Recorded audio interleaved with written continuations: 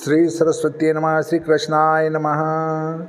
देखिए, आज एक प्रश्न आया कि पंचक में किसी की मृत्यु हो जाए तो दाह संस्कार का क्या करें। अर्थात पंचक में शवदाह वर्जित है। अब पंचक में किसी की मृत्यु प्रथम दिन ही हो गई, 5 दिन 4 दिन और पंचक बाकी है या 3 दिन और पंचक बाकी है, तो क्या उस लाश को लेकर बैठना पड़ेगा या और कोई रास्ता है। इसके संबंध में हम चर्चा करेंगे। परंतु यहाँ पर पंचक के भी आजकल 3 प्रकार हो गए हैं। पहला प्रकार है धनिष्ठार्ध से रेवती पर्यंत पंचक। कुंभ और मीन का चंद्रमा जहाँ तक रहता है, मोटे रूप में 4.5 दिन, पौने 5 दिन या 4.25 दिन, 4 दिन ये पंचक रहते हैं। तो राउंड में उसको 5 दिन मान लिया जाता है।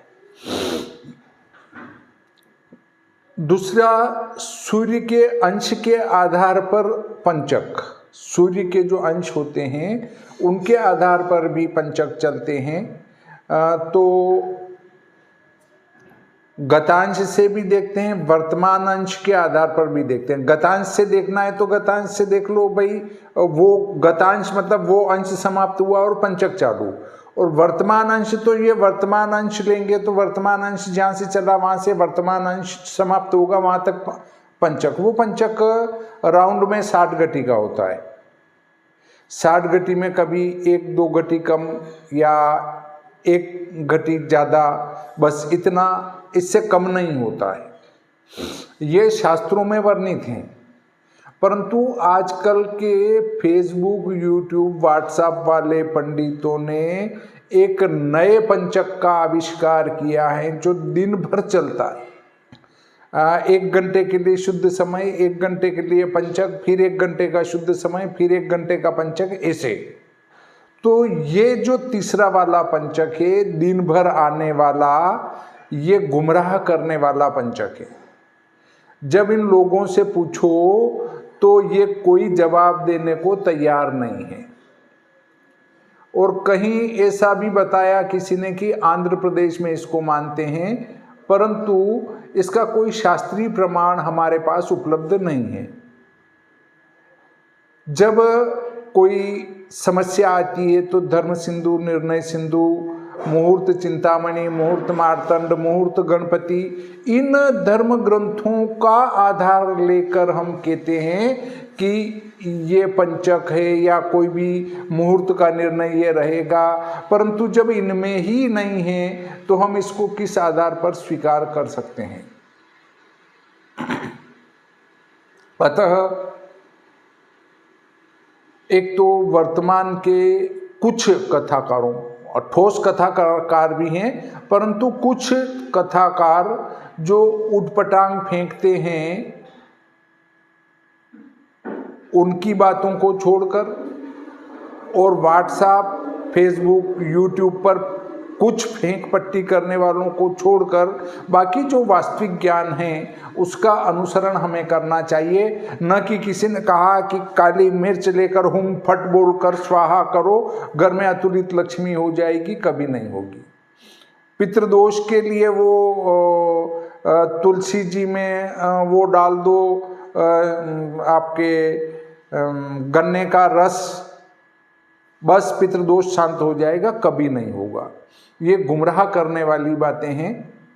तो इन कुछ लोगों को जिनने शास्त्र पढ़ा ही नहीं, उनको छोड़कर अब एक आख्यान ले लेते हैं इस पर कि लहसुन क्यों नहीं खाना। तो इस पर कोई कह रहे हैं ये तो दुर्गंध होती है, इससे नहीं खाते हैं। कोई कहते हैं ये तो अमृत कहा गया है, कोई कहते हैं ये तो उसकी पोटी से बना है इसलिए नहीं खाते हैं। अलग अलग, सभी अलग कह रहे हैं। और कई लोगों ने इस पे वीडियो भी बना के डालेंगे, देखो ये क्या कह रहे हैं, देखो ये क्या कह रहे हैं, देखो ये क्या कह रहे हैं। तो इन लोगों ने शास्त्र पढ़े ही नहीं हैं, केवल मन में जो आया वो फेंक दिया बस। अब मूल बात पर आते हैं कि यदि किसी की पंचक में मृत्यु हो जाए तो क्या करें। क्या पहले दिन हुई तो शेष के 4 पुत्तल बनेंगे, दूसरे दिन हुई तो क्या शेष के 3 पुत्तल बनेंगे, तीसरे दिन हुई तो क्या शेष के 2 पुत्तल ऐसे बनेंगे क्या? ऐसा नहीं है। या 5 पुत्तल बनेंगे क्या? ऐसा नहीं है। कुछ ये भी कहते हैं कि 5 छिद्र वाली लकड़ी डाल दो तो भी उसका दोष समाप्त हो जाता है, ऐसा भी नहीं है। शास्त्र में जो प्रमाण दिया है कि यदि पंचक में मृत्यु हो तो 5 की मृत्यु होती है, वो पहला दिन हो, दूसरा हो, 5वां हो, एक समान है। इसलिए एक तो शव हो गया और बाकी बचे 4, तो एक तो शव और बाकी 4 पुत्तल बनाए, वो भी कुशा के बनाए। कुशा के 4 पुत्तल बनाकर संकल्प बोलें कि पंचक में मरने के दोष की शांति के लिए कौन मरा उसका नाम गोत्र सब उच्चारण करें। नाम गोत्रोच्चारणोपरांत फिर कि पंचक मृत्यु दोष शमनार्थ, पंचक में मृत्यु की दोष की शांति के लिए 4 पुत्तल का दान, 4 पुत्तल का दान नहीं, दाह, 4 पुत्तल का दाह संस्कार मैं कर रहा हूं। फिर उनके भी पिंडदान आदि करे, 4 पुत्तलों के समान दाह संस्कार होगा।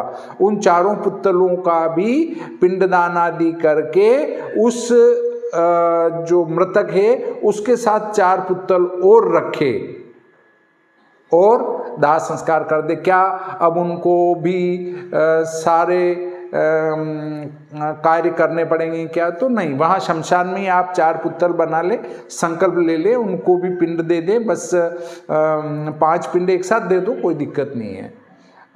या आपको लगे कि नहीं घर से ही ले जाएं तो घर पर ही 4 पुत्तल और बना दें और वहीं पे जो पिंड उस मृतक को दें वो पिंड उनको भी दे दें। और आपको लगता है नहीं पिंड नहीं दे तो चलेगा, तो हाँ मत दो, कोई दिक्कत नहीं है, परंतु संकल्प पूर्वक उनका दाह संस्कार करना आवश्यक है। पिंडदान दे देंगे तो ज़्यादा उचित होगा, क्योंकि छोटी छोटी बात शास्त्रों में नहीं है। उन्होंने कहा है कि 4 पुत्तल का दाह संस्कार और उस पुत्तल के साथ करें तो पंचक में मरने वाले के दोष की शांति हो जाती है। तो शायद आपका पंचक में मरने वाले से संबंधित प्रश्न का समाधान हुआ होगा, ऐसी आशा करता हूँ।